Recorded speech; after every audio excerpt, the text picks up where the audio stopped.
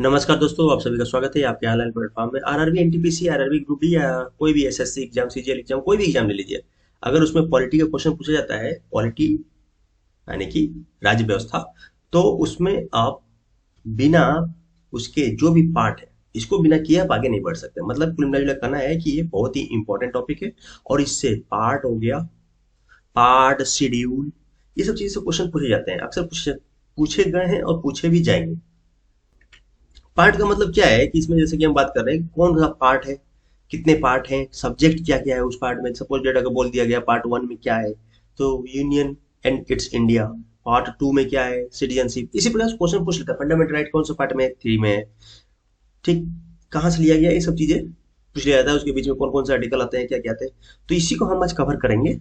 और ये मतलब कि एक नंबर ये फ्री कर दिया जाता है, बस खाली छोटा सा टॉपिक है, 5 से 7 मिनट में आपका ये कंप्लीट हो जाएगा। और इससे नंबर मिलने की संभावना रहती है, एग्जाम में क्वेश्चन मिलने की, मिलता ही मिलता है। चलिए ठीक है, आगे बढ़ते हैं। देखिए, इसमें बस खाली वही चीज करवाया जा रहा है जो भी आपके एग्जाम के लिए बहुत ही इंपॉर्टेंट है। इंपॉर्टेंट नहीं, बहुत इंपॉर्टेंट है, जहां से क्वेश्चन पूछे ही पूछे जाते हैं। मेरा टारगेट यही है कि मैं जीके में लगभग लगभग जो भी मैं 1.5 महीना 2 महीना का मैं टाइम दे रहा हूँ जनरल अवेयरनेस के सेक्शन में, उसमें हमारा 30 से 35 से 35 क्वेश्चन जो है हम उसको गेन कर ले 2 महीने में, डेली डेली की। उसी हिसाब से मैं आपको डेली वीडियो अपलोड कर रहा हूँ। ठीक है, तो ये पॉलिटी का पीछे का वीडियो अगर आप देखे होंगे तो आपको समझ में आ रहा होगा। ये अगला वीडियो है जहां पर हमको थ्योरी लगता है, थ्योरी देकर के हमें काम करवाना है, और जहां लगता है कि हाँ इसमें क्वेश्चन देने देके काम चल जाएगा, तो उसी हिसाब से मैं काम करता हूँ। ठीक, चलिए नेक्स्ट आते हैं। पार्ट वन, यहाँ पर वन नहीं लिखा यार, लिख लेते हैं। पार्ट वन क्या है, यूनियन एंड इट्स टेरिटरी।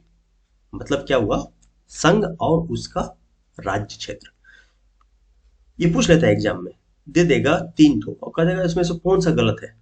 एक तो फर्स्ट पार्ट वन जो है, भाग एक, यूनियन यानी कि संघ और उसके राज्य क्षेत्र हो गए, जो कि 1 से 4, आर्टिकल नंबर 1 से 4 तक आता है।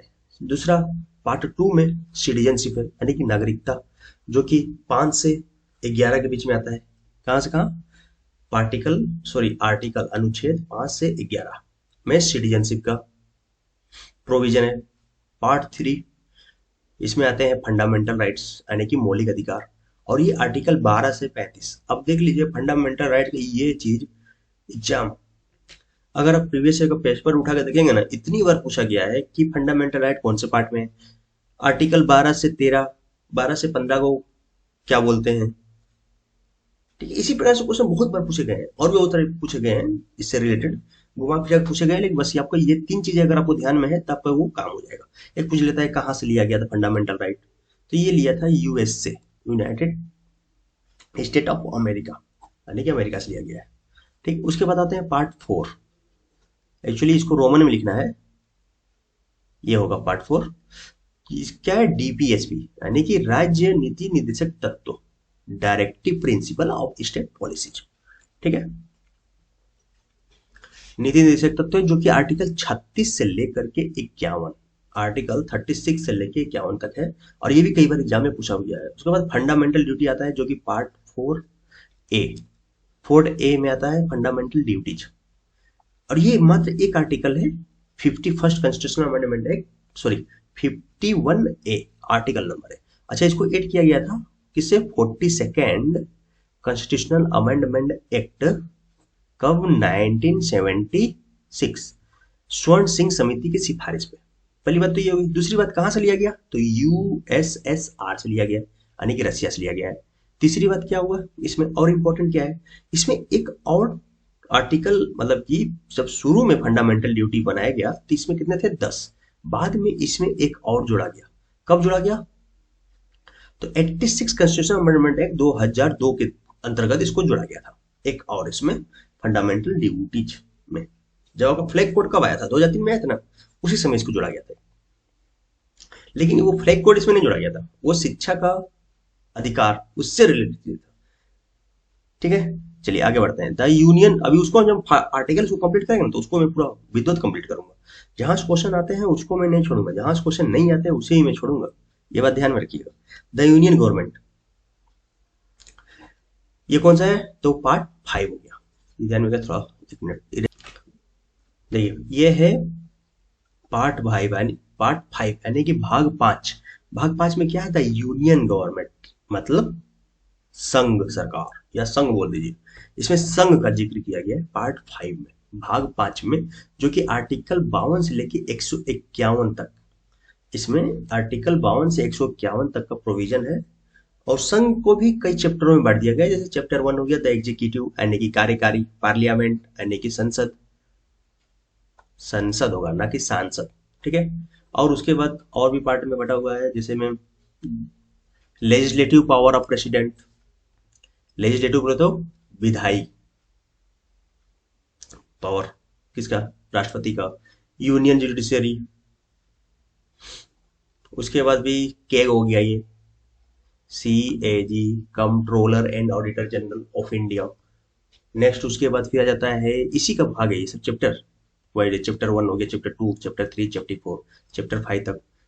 फिर उसके बाद फिर आता है पार्ट 6। पार्ट 6 में आपका जाएगा स्टेट गवर्नमेंट। स्टेट गवर्नमेंट 152 से 237 के बीच में। तो बस आपको इतना ध्यान रखिए कि ये सब जो यहाँ तक है ना, यहाँ तक आपको सभी आर्टिकल, एक एक आर्टिकल याद करना है। इसके बाद इधर जो है आर्टिकल से थोड़ा सा आपको, यहाँ तक में पूरा नहीं याद करना है, लेकिन आपको यहाँ तक 78 90 तक, यहाँ तक का लगभग लगभग सभी याद करना है, 78 तक। उसके बाद फिर क्या है, इधर से गिने चुने आर्टिकल है, तो वो सभी किया जाएगा। यहाँ तक जितना आर्टिकल इतना 78 में, बाकी जितने आर्टिकल बचते हैं 395 में, वो सब इतने इतने में हो जाएंगे जितना उधर किए। चलिए तो आगे बढ़ते हैं हम। एग्जीक्यूटिव हो गया, पार्लियामेंट हो गया, तो कितने चैप्टर में बचा हुआ है, 5 चैप्टर में। उसके बाद आते हैं द स्टेट गवर्नमेंट। ये कौन सा है, पार्ट 6 यानी कि भाग 6 में स्टेट गवर्नमेंट, राज्य सरकार की बातें की गई है इसमें। ये 152 से 237 के बीच में। देखिए कंट्रोलर एंड ऑडिटर जनरल, ये अक्सर एग्जाम में पूछ लेता है कि अंडर विच आर्टिकल, तो 148 से 151, ठीक है। तो ये बात ध्यान में रखिएगा। जुडिशियरी, सुप्रीम कोर्ट आपका 124 लेकर 147 तक आ जाता है। उसके बाद legislative power of the president, president का जो लेजिस्लेटिव पावर है यानी कि ऑर्डिनेंस पावर 123 के अंतर्गत है ना, 123 के अंतर्गत प्रेसिडेंट का जो भी है लेजिस्लेटिव पावर, यानी कोई भी बिल वुल, मतलब अगर मान लीजिए संसद वगैरह कार्य में नहीं है, तो पार्लियामेंट अगर सेशन में नहीं चल रहा है, सेशन में नहीं है, तो पार्लियामेंट को कोई भी बिल जो है बनाने का, सॉरी, प्रेसिडेंट को बिल बना सकती है 6 महीना 6 वीक। बाकी वो सब चीजें हम देखेंगे उसमें, ऑर्डिनेंस का कितना होता है टाइम पीरियड, अभी एग्जाम में पूछा जाता है, बहुत पूछा गया है NTPC में पिछले बार का। तो यहाँ से हमारा ये तक हो गया। चलिए पार्ट 6 द स्टेट गवर्नमेंट, 152 से लेकर 237 तक है। चैप्टर 1 जनरल, समानता है इसमें चैप्टर 1 मतलब 152 से 137 के बीच में इसका जो आता है, ये चीज आपको नहीं पूछा जाएगा। ये पूछ लेता है कि हाई कोर्ट कितने से कितने तक में आते हैं, तो हाई कोर्ट जो है 214 से 232 आर्टिकल तक आपको मिलेंगे। और सब ऑर्डिनेट कोर्ट को भी पूछ लिया जाता है, एनटीपीसी में खास करके पूछा जाता है सब ऑर्डिनेट कोर्ट्स। तो ये कहाँ से, 233 से 237, 5 आर्टिकल है इसमें, 33, 34, 35, 36, 37, ठीक है, ध्यान में रखिएगा। हाई कोर्ट हो गया 214 से 232, ठीक है। लेजिस्लेटिव पावर ऑफ गवर्नर 223, ऊपर क्या था, प्रेसिडेंट का था 123, और गवर्नर का जो है 213, माफी चाहूंगा पिछले में 223 बोल दिया था, 213 है, ठीक है। यानी कि उसमें क्या था, प्रेसिडेंट में 123, इसमें क्या है 213, बस ये ध्यान में रखना है। चलिए नेक्स्ट आगे। बाकी लेजिस्लेटिव एग्जीक्यूटिव ये सब जो है, गवर्नर देखिए, जो भी एग्जीक्यूटिव का बात है ना, यहाँ पे ये गवर्नर साहब आ जाएंगे आपको 153 से 167 तक। उसके बाद 168 में स्टेट लेजिस्लेटर आ जाता है, यानी कि विधानमंडल क्या पूरा बात करेंगे, तो इसमें विधानमंडल, विधान काउंसिल, कौन कौन सा आर्टिकल है, वो सब जब आर्टिकल जब मैं डिटेल्स देखूंगा तो उसमें करूंगा। उसके बाद भी आता है पार्ट 7। पार्ट 7 एक्चुअली डिलीट कर दिया गया है, तो कोई मतलब इसको पढ़ने का है नहीं। The state in part B of the first schedule, जो कि डिलीट कर दिया गया। द यूनियन टेरिटरी कौन सा है, तो पार्ट 8 है, ये 8 है यार, भाई कहाँ से आ गया, पार्ट 8 द यूनियन टेरिटरीज। उसके बाद पार्ट 8 में हो गया पार्ट 9, ये हो गया पार्ट 9। पार्ट 9 जो है यानी कि भाग 9 में पंचायत मिल जाएगा, और 9A में जो है म्यूनसिपालिटीज यानी कि नगर पंचायत मिलेगा, ठीक। और बी में आपको कोऑपरेटिव सोसाइटी, और ये पिछले बार एग्जाम में बहुत पूछा गया है, कौन सा आर्टिकल में आता है, और 9B में कौन सा है, बहुत पूछा गया। इसके संबंधित आर्टिकल 243ZH से 243ZT, तो इसको आप ध्यान में रखिएगा, 243ZH से 243ZT तक है, ठीक। और ये म्यूनसिपालिटी जो 243P से 243, इसको यहाँ कहता है 243ZH तक है, ठीक है। और पंचायत की जो आता है ये भी इंपॉर्टेंट है, बहुत इंपॉर्टेंट है। ग्राम पंचायत या पंचायत, पंचायत तीन स्टेट में है, तो इसमें 243 से लेकर के 243O तक है, ठीक है। तो ये सब आप ध्यान में रखिए। नेक्स्ट आगे बढ़ते हैं, शेड्यूल सॉरी पार्ट 10 यानी कि part 10, the schedule and tribal area. देखिए शेड्यूल ऑफ ट्राइबल एरिया की बात कर रहा है, जो कि आर्टिकल 244 एंड 244A के अंतर्गत आता है, ठीक है। शेड्यूल एंड ट्राइबल एरिया मतलब अनुसूचित और जनजाति क्षेत्र। तो ये भी पूछ लेता है, देखिए जैसे कि शेड्यूल में शेड्यूल 5-6 जो है अनुसूचित जनजाति क्षेत्र के बारे में बात किया गया है, या ट्राइबल एरिया एंड ट्राइबल लोगों के बारे में बात किया गया है, उसका एडमिनिस्ट्रेशन वगैरह। तो लेकिन ये पूछ लेता है कि कौन से पार्ट में है, तो पार्ट 10 में। उसके बाद relation between the union and the state, ये किस में मिल जाएगा, तो ये पार्ट 11 है। पार्ट 11 में आपको relation between the union and the state यानी कि राज्य और संघ के बीच में संबंध। लेजिस्लेटिव रिलेशन चैप्टर 1 चैप्टर 2, देखिए 2 चैप्टर में इसको बांट, 2 चैप्टर नहीं और चैप्टर होगा, लेकिन इसमें चैप्टर 1 क्या है, लेजिस्लेटिव रिलेशन है, और चैप्टर 2 क्या दिया गया, तो वो है एडमिनिस्ट्रेटिव रिलेशन, आर्टिकल 245 से 255। तो अब बस खाली इतना रखिए, स्टेट का जो भी चीज है देखिए 245 से लेके 263 के अंतर्गत आता है, ये आप लिखा हुआ है, ठीक। तो relation between the union and the states जो है 245 से 263 है, और इसमें पार्ट कौन सा पार्ट है, ये तो 11वां पार्ट है, यानी कि 11वां भाग में आता है। पार्ट 12 यानी कि भाग 12, पार्ट 12 भाग 12, इसमें फाइनेंस हो गया, प्रॉपर्टी हो गया, कॉन्ट्रैक्ट्स एंड स्वीट्स, मतलब क्या बोलेंगे, वित्त, संपत्ति, विवादों और वाद, वित्त, संपत्ति, विवाद, वाद के बीच से रिलेटेड जो है आपका पार्ट 12 बोलता है 264 से 300A। देखिए 300A जो है राइट ऑफ प्रॉपर्टी जो था उठा करके 300A में डाल दिया गया है, ठीक है, फंडामेंटल राइट्स उठा करके, तो एक लीगल राइट बन गया है। अभी उसके बारे में भी कुछ चीज आया है कि इसको बोला गया कि नहीं, ये आर्टिकल 21 भी है, राइट ऑफ प्रॉपर्टी, मतलब कि प्रॉपर्टी जो है जिंदगी है, समझ रहे हैं, प्रॉपर्टी के लिए लोग मरने के लिए तैयार है, यानी कि right of property is the right of क्या, लाइफ एंड पर्सनल लिबर्टी। चलिए आगे बढ़ते हैं, जैसे चैप्टर 11(1)(2) फाइनेंस एंड बोरोइंग हो गया। तो ये सब बस इतना ध्यान में रखना है, ये सब चीजें पूछा नहीं जाता है कि फाइनेंस में कितना आता है, कौन सा आर्टिकल कौन सा आर्टिकल, ये सब चीजें आपको उतना मतलब का है नहीं, ठीक है। चलिए आगे बढ़ते हैं, चैप्टर 3 प्रॉपर्टी कंटेक्ट राइट्स, बस।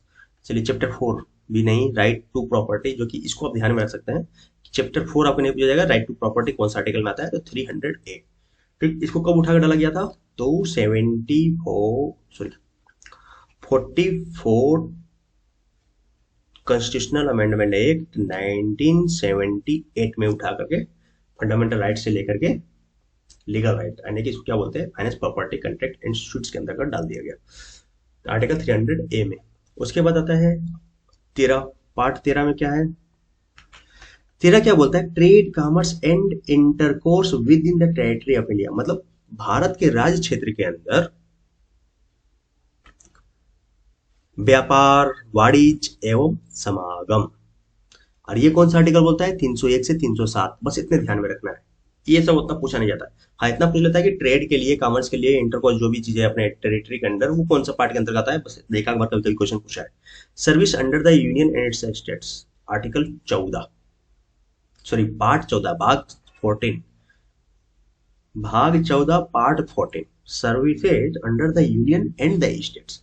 अब यहाँ पर देखिए कौन कौन सा सर्विसेज की बात की जा रही है, संघ एवं राज्यों के अधीन सेवाएं, तो इसमें आर्टिकल 308 से 323 की बात की गई है। 308 से 314 जो है सर्विसेज एंड केवल सेवाओं की बात करती है अपने देश में या अपने राज्य क्षेत्र, यूनियन एंड स्टेट्स के अंदर। लेकिन जो भी 315 से 323 का बात करें तो ये पब्लिक सर्विस कमीशन की बात करती है, जो कि यूपीएससी हो गया, ये सब चीजें हैं जो इसी के अंतर्गत आते हैं, ठीक है, यूपीएससी या स्टेट पीएससी सब इसी के अंतर्गत आते हैं। उसके बाद फिर आता है पार्ट 14A, यहाँ पर ये होगा, ये ट्रिब्यूनल्स यानी कि क्या बोलते हैं इसको, अधिकरण। तो ये ज्यादा उतना इंपॉर्टेंट नहीं है, बस इतना देख लीजिए इसको, एक बार दिमाग में रखिए। पार्ट 15 इलेक्शंस, बहुत इंपॉर्टेंट। और इस बार तो ये मतलब एग्जाम में छाया रहेगा, क्योंकि इलेक्शन भी अभी हुआ है 2024 में। यार बहुत इलेक्शन हुआ है, आप देखिएगा तो बहुत सारे देशों में भी इलेक्शन हुआ है। मतलब 2024 को अगर कोई ईयर घोषित करना हो तो कहिए ईयर ऑफ इलेक्शन, ठीक है। तो ये हो गया 15, भाग 15 यानी कि पार्ट 15 इलेक्शंस। 224 से लेकर 229 है, बस इतना आपको ध्यान में रखना है। तो कौन सा भाग है ये, भाग 15 में है, 224 से लेकर 229 ए। ठीक, काम खत्म निर्वाचन। उसके बाद फिर आता है भाग 16, भाग 17, special provision relating to the certain classes. ठीक, कुछ क्लासेस के लिए स्पेशल प्रोविजन किया गया है, ये हो गया पार्ट 16 में। और ऑफिशियल लैंग्वेज, ये भी इंपॉर्टेंट है, जहाँ पर मैं गोला करते जा रहा हूँ, जैसे ये ऑफिशियल लैंग्वेज बोल रहा हूँ, ये सब आपको नोट करना चाहिए, नोट कर लीजिए, ये भी बहुत इंपॉर्टेंट है। ऑफिशियल लैंग्वेज में यूनियन हो गया, लैंग्वेज हो गया, तो बस इतना ध्यान में रखना है। 243 से 351 ए तक है। बाकी जब मैं इसको एक एक आर्टिकल देखूंगा, एक एक मतलब क्या, जो जो इंपॉर्टेंट है तो मैं इसमें देखूंगा। कौन सा, ये देख लीजिए, language of the court, supreme court high court का लैंग्वेज किसका है, तो 348 349 के बीच में है। यहाँ से आप इसको तैयार कर सकते हैं। ऑफिशियल लैंग्वेज में पूछा जाता है। पहली बात तो यूनियन का कौन सा लैंग्वेज होगा, ये कौन बताता है, 243 244। हाई कोर्ट रीजनल लैंग्वेज उसके नहीं पूछता है, लेकिन हाई कोर्ट सुप्रीम कोर्ट के लैंग्वेज के बाद कौन सा आर्टिकल की गई है, 348 349। ठीक, स्पेशल डायरेक्टिव ये सब नहीं पूछा जाता आपको एग्जाम में। पार्ट 18, कौन सा 18, इसे सिंपल करिए। तो ये इमरजेंसी प्रोविजन है, 352 से लेके 360, आपको पता ही होगा। 352 ये नेशनल इमरजेंसी, 356 क्या है, राष्ट्रपति शासन, 360 इमरजेंसी कौन सा, फाइनेंस वाला विद इमरजेंसी, तो इसी के बारे में है। तो 352 से लेके 360, बहुत लंबा टॉपिक है। इमरजेंसी देखने में छोटा सा है, गिन चुन के आर्टिकल है, नोट हो, लेकिन लंबा है भाई। उसके बाद आता है मिसलेनियस यानी कि विविध, कौन सा, तो पार्ट 19 में आता है, 361 से 367। ठीक, फिर अमेंडमेंट ऑफ द कॉन्स्टिट्यूशन 360 है, जो कि पार्ट 20 का है। तो बस इतना ही इसका काफी है। इसके बाद आपको और ज्यादा कुछ करने की जरूरत नहीं है इसमें, ठीक है। हाँ, कभी कभी पूछ लेता है कि शॉर्ट टाइटल, कमेंसमेंट, अथॉरिटी, ये सब किसमें आता है, तो ये आता है आपका 393 395 के अंतर्गत। टेम्पोररी ट्रांसलेशन, स्पेशल प्रोविजन, ये सब पूछा नहीं जाता है। तो इसका जो भी है यहाँ तक आपका इतना बस खाली कर लीजिए, आपका पार्ट हो गया, उससे रिलेटेड आर्टिकल, उससे रिलेटेड जो भी सब्जेक्ट है, ये आपका कंप्लीट हो जाएगा। Thank you. हाँ, चैनल को लाइक कीजिए, सब्सक्राइब कीजिए और शेयर कर दीजिए। धन्यवाद।